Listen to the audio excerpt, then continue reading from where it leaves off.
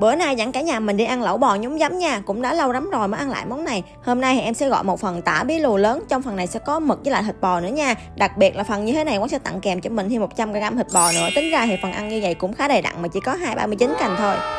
Mà mấy chị ăn bò nhúng giấm là phải ăn tái vậy mới ngon nè, đừng có nhúng chín quá nó sẽ bị dai với lại nó mất độ ngọt tự nhiên của thịt nha. Em thích nhất là ăn tới đâu mình nhúng tới đó, miếng bò nó sẽ mềm nhưng mà vẫn giữ được độ ngọt của thịt nè. Cái phần nước lẩu thì em thấy là chua chua thanh thanh nè, thơm mùi giấm với lại hành tây nha, vị khá là đậm đà nhưng mà ăn không có bị quá gắt đâu nha. Thịt bò thì được sắc lát vừa ăn nè, nhúng vừa chín tới, ăn cuốn kèm với lại bún rau sống chấm với mắm nêm của quán nữa là hết sảy con bà bảy luôn. Còn về phần mực thì em thấy quán làm cũng khá là sạch nha, nhìn mực rất là tươi luôn. Mực thì mọi người nhớ nhúng lâu hơn thịt bò một xíu nha, để mực vừa chín tới sẽ giữ được độ giòn độ ngọt nha. Cái phần chính đã no rồi mà quán còn tặng kèm thêm 100g thịt bò nữa, thật sự là ăn no nê luôn á. Nói chung thì lâu lâu mọi người đổi vị ăn kiểu như vậy cũng ngon nè. Địa chỉ là 281 đường Phạm Văn Đồng, thành phố Tây Ninh nha. Bye bye cả nhà, hẹn cả nhà ở video tiếp theo nè.